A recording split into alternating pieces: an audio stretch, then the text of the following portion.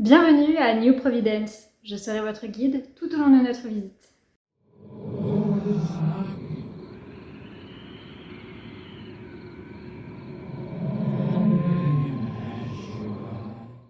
Bon, une nouvelle fois, on va parler de tarot et de jeux de rôle. Ça me fait vraiment hyper plaisir de vous parler une nouvelle fois de tarot, évidemment, mais aussi de jeux de rôle. Je sais que ça vous plaît bien et que c'est des vidéos assez demandées. Et je vous ai écouté. Cette fois-ci, on va parler de la création de personnages. Dans cette vidéo, je vais vous présenter 3 jeux que j'aime beaucoup pour la création de personnages, ainsi qu'une méthode toute neuve que j'ai créée en exclusivité pour vous. D'ailleurs, cette vidéo peut autant toucher le milieu du jeu de rôle que celui des écrivains. Donc une vidéo qui peut être aussi utile pour ceux qui veulent pimenter la création de personnages, de leurs romans, nouvelles et autres écrits. Je vous propose de commencer tout de suite avec la présentation des jeux. Le premier jeu que je souhaite vous montrer est le Citadel Deck, celui-ci, que je vous ai déjà présenté dans une précédente vidéo. Malheureusement, alors on commence tout de suite, c'est un jeu qui n'est pas disponible à l'achat, enfin du moins il n'est pas disponible tout seul. Si vous souhaitez l'acquérir, vous êtes obligé d'acquérir aussi la box dont il fait partie, la Seed and Sickles, donc, que j'ai présentée dans une précédente vidéo. Mais je trouvais qu'il était tout de même pertinent de le présenter, on ne sait jamais, pour les personnes qui l'ont déjà ou ceux qui souhaiteraient l'acquérir, au cas où. Vous verrez pourquoi il est si pertinent.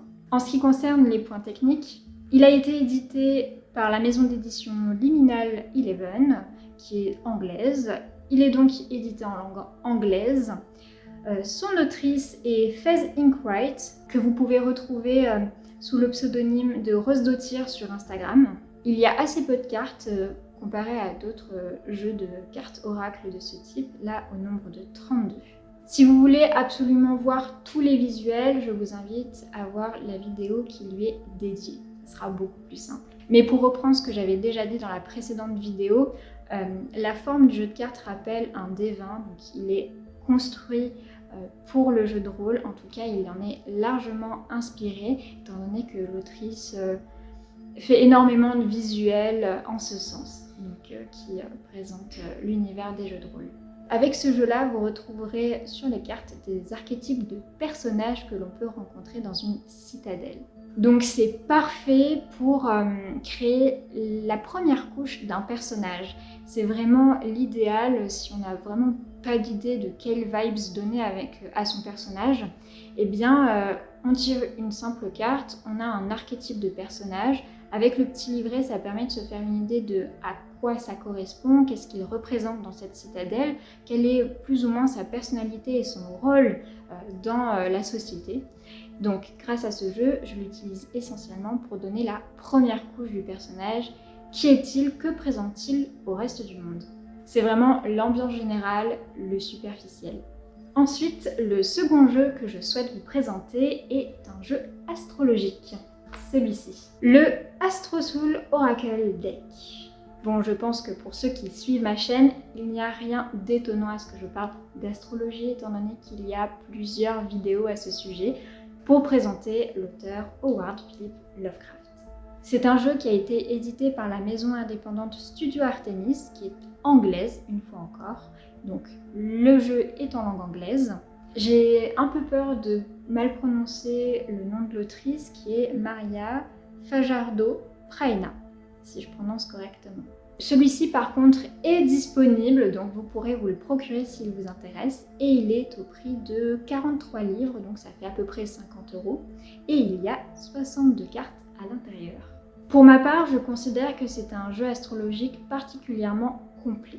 Vous retrouverez à l'intérieur tous les signes, toutes les planètes, toutes les maisons, les astéroïdes, les aspectations, et plein d'autres choses qu'on peut utiliser en astrologie qui sont un petit peu moins connues.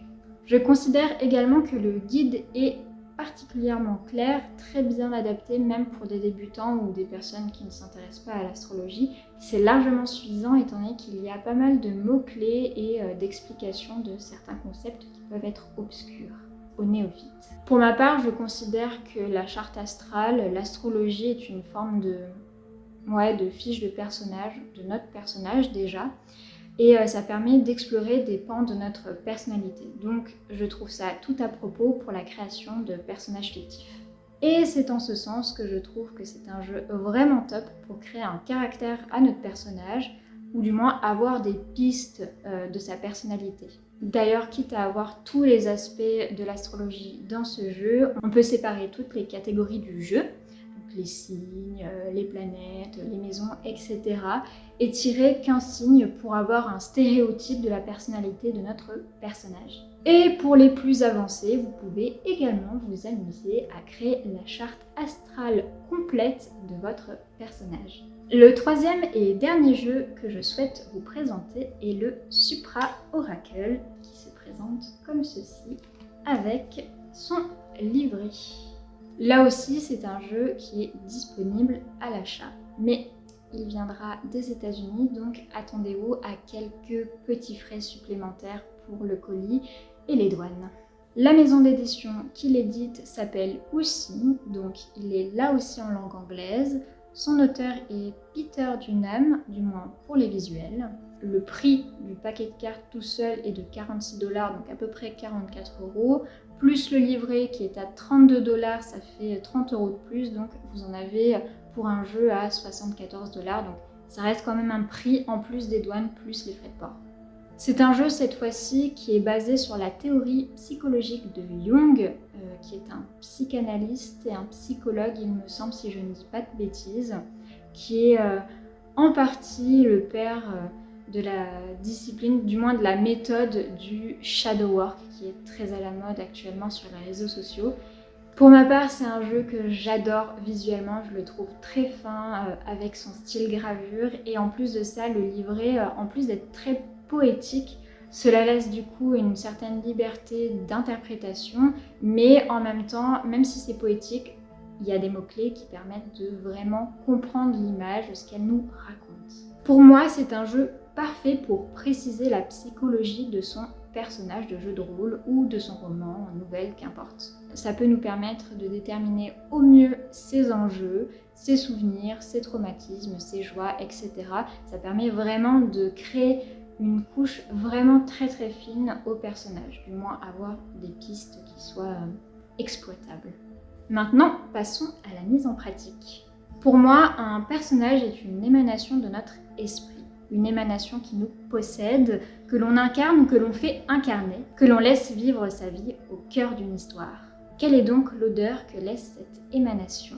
Car c'est ainsi que je vois un personnage. Quel parfum il possède?